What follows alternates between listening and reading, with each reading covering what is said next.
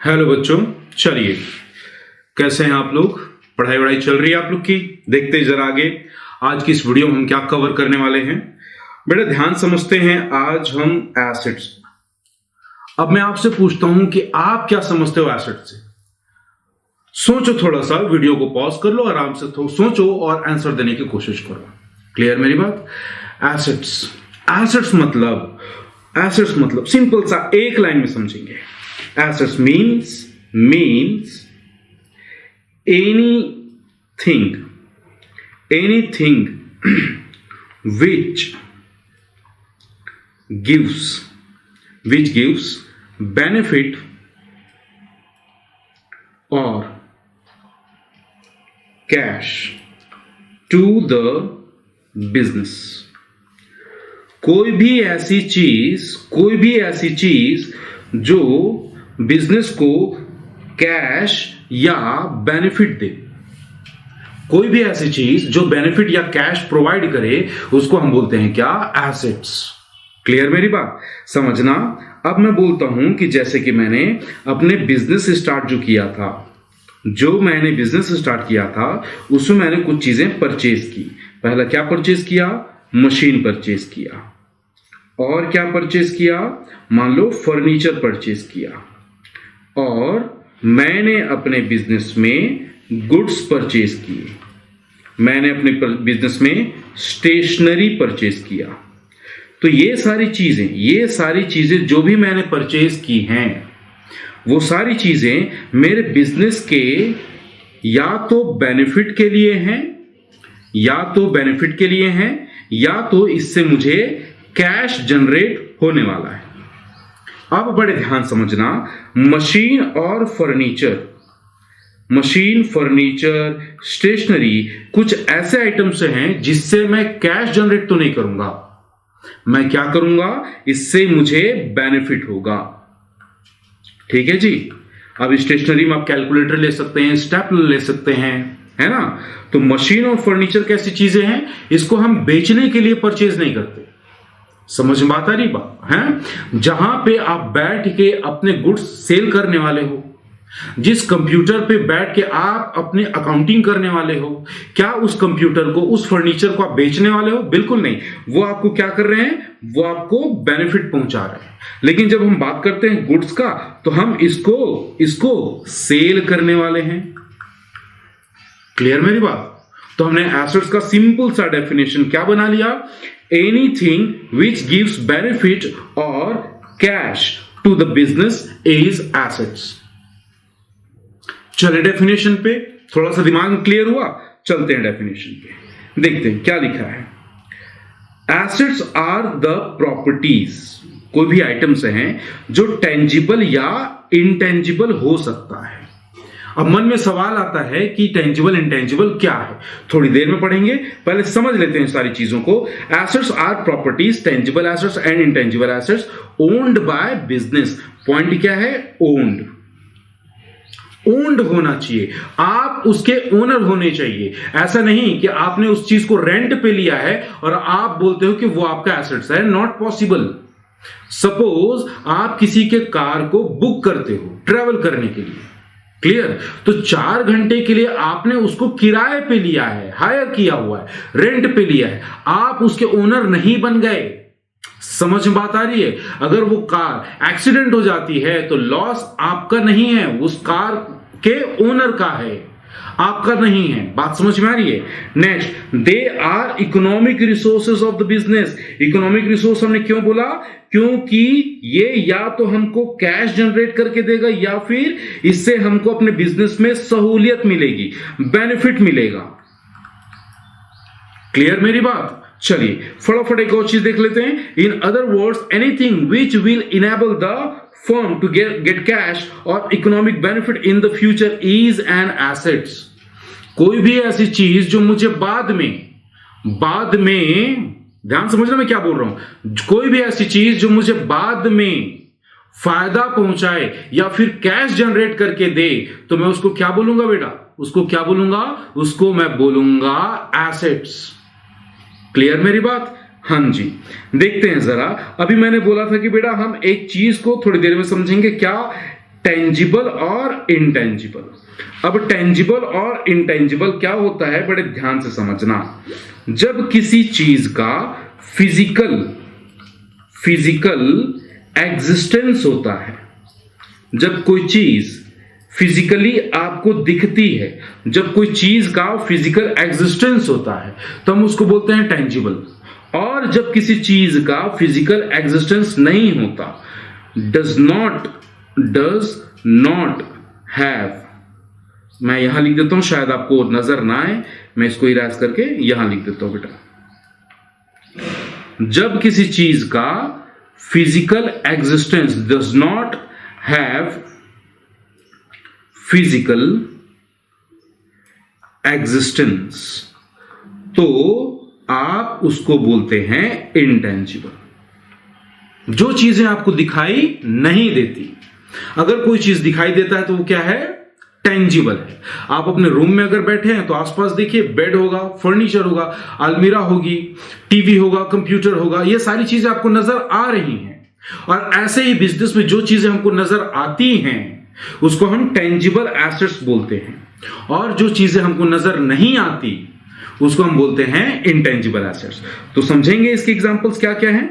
जैसे कि आपका गुडविल, आपका रेपुटेशन या आपका रेपुटेशन आपको नजर नहीं आता, बट उससे आपको बेनिफिट मिलता है।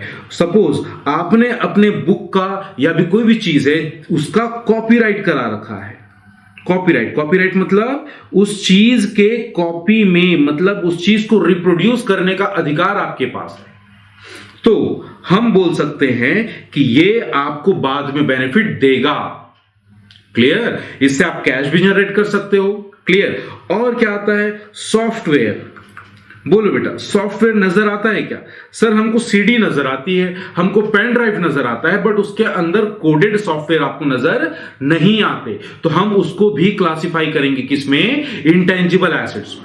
क्लियर है? अब तो क्लियर हो गया ना। अब बड़े ध्यान से समझो। टेंजिबल एसेट्स मतलब वो एसेट्स जिसका आपके बिजनेस में कोई फिजिकल एग्जिस्टेंस है, और अगर किसी एसेट्स का फिजिकल एग्जिस्टेंस नहीं है तो आप उसको क्या बोलेंगे, इंटेंजिबल एसेट्स बोलेंगे। क्लियर है मेरी बात? और चलो फटाफट याद दिलाओ, what is assets? Assets means anything which gives us benefit और generate cash in the business, वो हमारा क्या हो जाता है, एसेट्स हो जाता है। सिंपल सी बात है। चले थोड़ा और आगे समझते हैं इसके क्लासिफिकेशन को। ठीक है, क्लासिफिकेशन देखो जरा। क्लासिफिकेशन से पहले हम कैरेक्टरिस्टिक्स एक बार पढ़ लेते हैं। कैरेक्टरिस्टिक्स क्या है, वही चीजें जो हमने डिस्कस की। सबसे पहला क्या होना चाहिए, ओन्ड होना चाहिए, आप उसके ओनर होने चाहिए। आप किसी चीज को रेंट पे लेके ये नहीं बोल सकते कि वो आपका एसेट्स है, नहीं बोल सकते बेटा। बात समझ में आती है? अगला है टेंजिबल होना चाहिए, इंटेंजिबल होना चाहिए। टेंजिबल या इंटेंजिबल होना चाहिए। टेंजिबल मतलब क्या, जो फिजिकल एग्जिस्टेंस जिसका हो, और अगर इसका किसी का फिजिकल एग्जिस्टेंस ना हो तो क्या हो गया वो इंटेंजिबल। उसके साथ कोई वैल्यू अटैच होनी चाहिए। जो भी आपके पास प्रॉपर्टी है, जो भी आपके पास चीजें हैं, उसकी कोई वैल्यू होनी चाहिए, और उसको हम मनी में मेजर कर सके।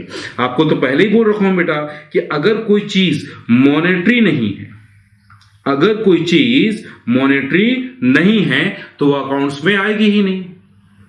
तो एसेट्स होने के लिए सबसे जरूरी शर्त क्या है कि वो मॉनेटरी होना चाहिए। बात समझ में आ रही है? यस और नो? यस और नो बेटा?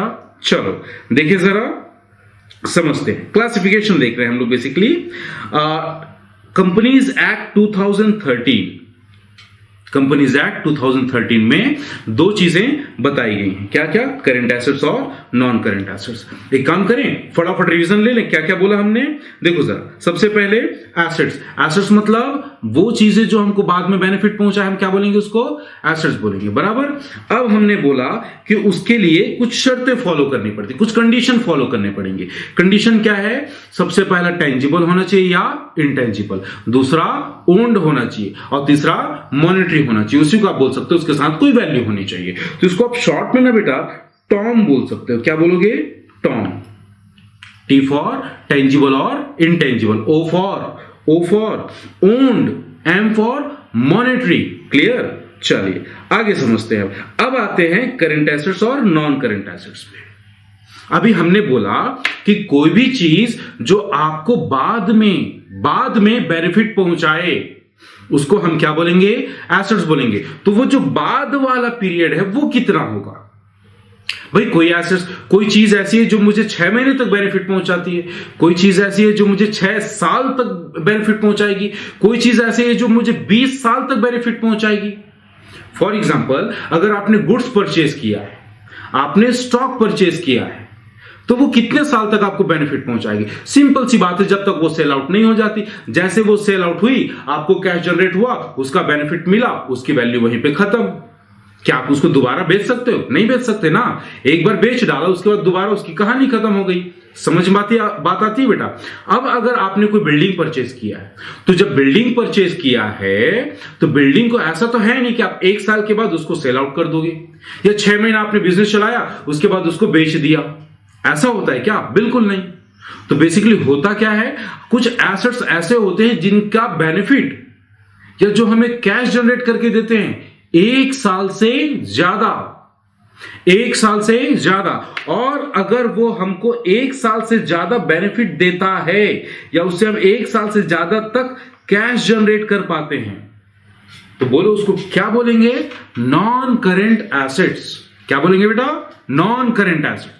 और अगर कोई एसेट्स ऐसा है जिसका बेनिफिट आपको साल भर के अंदर मिल रहा है, विद इन 1 ईयर उसका बेनिफिट मिल रहा है, या फिर कैश में वो जनरेट हो जा रहा है, कैश जनरेट कर दे रहा है, तो आप उसको क्या बोलेंगे? Current assets. क्लियर हुई मेरी बात? अगर नहीं हुई, डेफिनेशन को डेप्थ में पढ़ते हैं।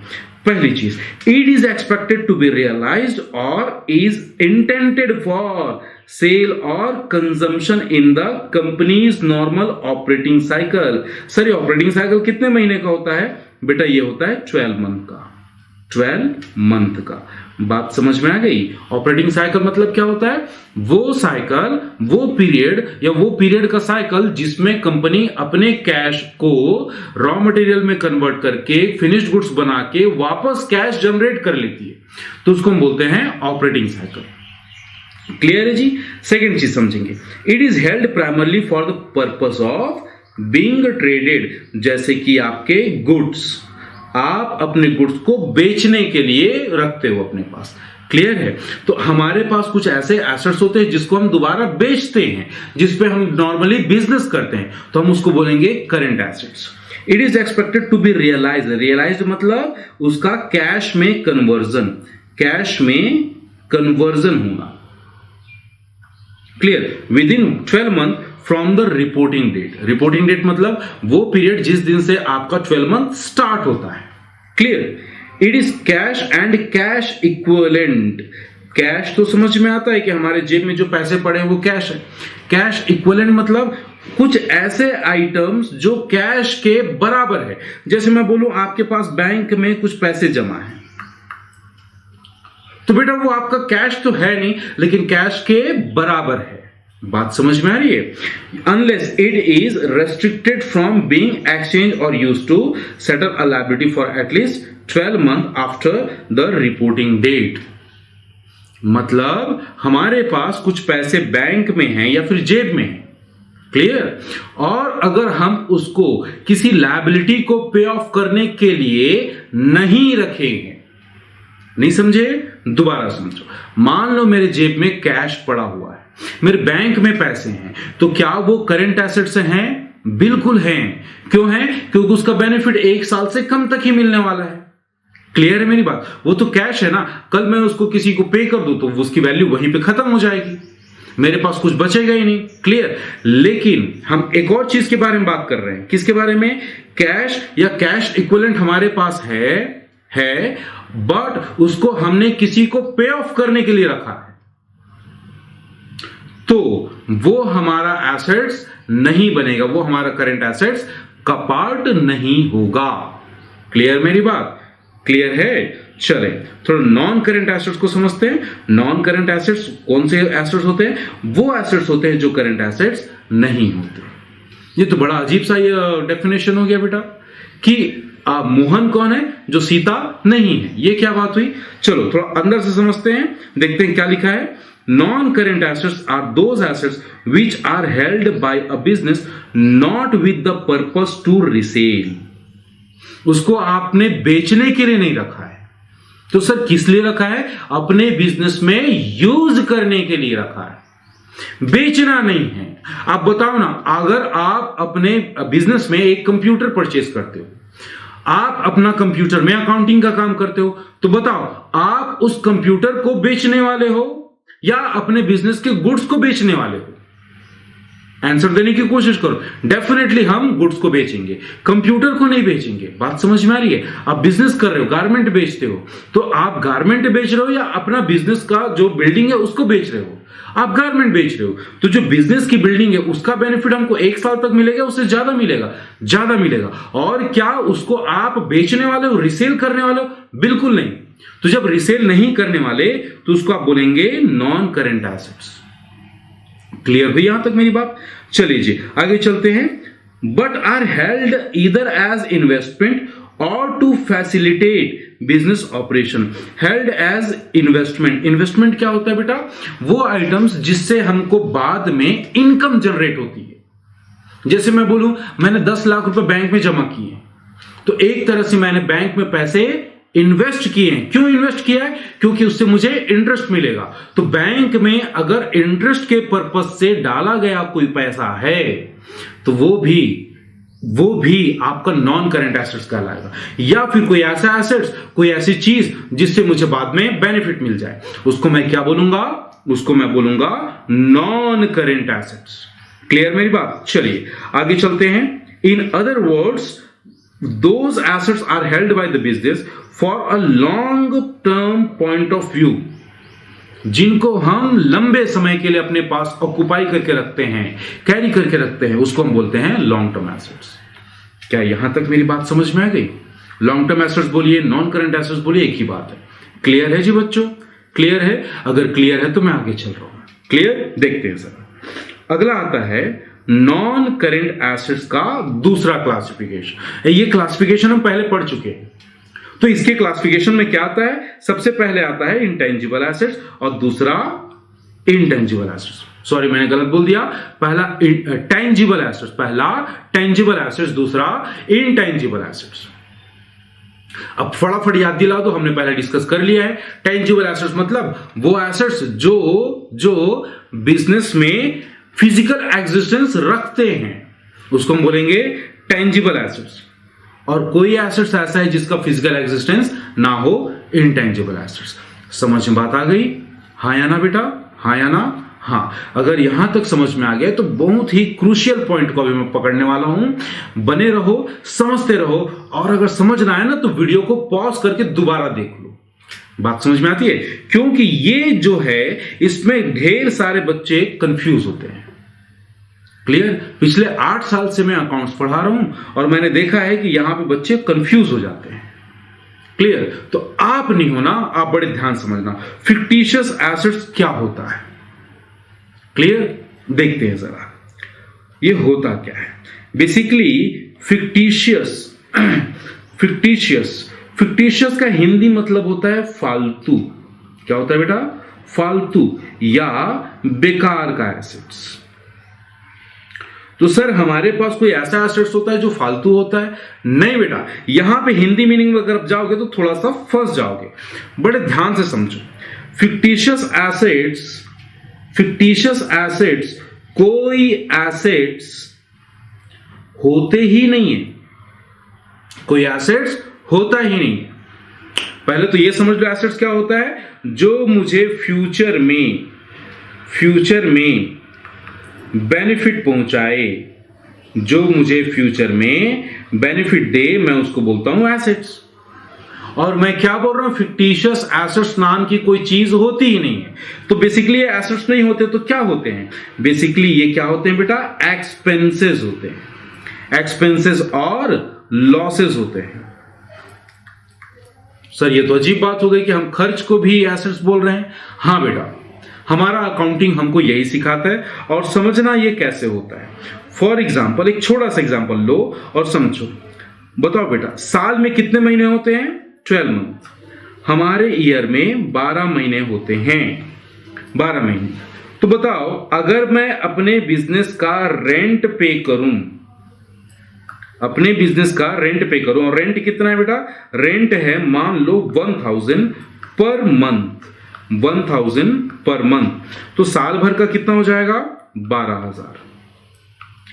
12,000 12 मंथ के लिए हो जाएगा। बट मैंने इस बार मैंने 15 मंथ का पे कर दिया। अच्छा, मैं ऐसा कर सकता हूं कि नहीं कर सकता? बिल्कुल कर सकता हूं बेटा। मेरे मकान मालिक को, मेरे लैंडलॉर्ड को क्या प्रॉब्लम होगा? वो तो बोलेगा कि 5 साल का एक साथ जमा कर दो, उसके लिए तो अच्छी बात है। समझ बात आ रही है? तो मैंने 15 महीने का रेंट पे कर दिया। बोलो बेटा, मैंने कितने महीने का एक्स्ट्रा पे किया है? मैंने एक्स्ट्रा पे किया है 3 महीने का। बोलो अब। अच्छा, हमारा ईयर तो मैंने बताना ही भूल गया बेटा, हमारा ईयर था 2020। तो ये जो रेंट है ये 2021 के लिए है। बोलो हाँ, है कि नहीं? 2020 के 3 महीने के लिए है। अब ध्यान से समझो, क्या 2020 जब आएगा तो मुझे 3 महीने का रेंट, 3 मंथ का रेंट पे करने की जरूरत है या नहीं है? नहीं है। मतलब फ्यूचर में 2021 में मुझे 3 महीने का रेंट देने की जरूरत है ही नहीं। तो मुझे बाद में बेनिफिट मिला कि नहीं मिला? बिल्कुल मिला। और बार बार मैं आपको क्या बोल रहा हूं, जो चीज मुझे बाद में बेनिफिट दे, जो चीज मुझे बाद में बेनिफिट पहुंचाएगी, उसको मैं क्या बोलूंगा? उसको मैं बोलूंगा क्या? एसेट्स। उसको हम बोलते हैं एसेट्स। समझ बात आई? अच्छा, एक बार फिर से कहानी समझोगे बेटा? सुनो ना। देखो, ऐसा है कि हमने सबसे पहले एक्सपेंस को पकड़ा। हमने पूछा कि सर हमारे 12 मंथ का, हमारे बिजनेस का 12 महीने का रेंट कितना होता है? तो वो होता है टोटल 12,000। हमने अपने लैंडलॉर्ड को 15 महीने का, 15 मंथ का रेंट पे कर दिया। कितना एक्स्ट्रा पे किया? 3 महीने का। 3 मंथ का रेंट एक्स्ट्रा पे किया।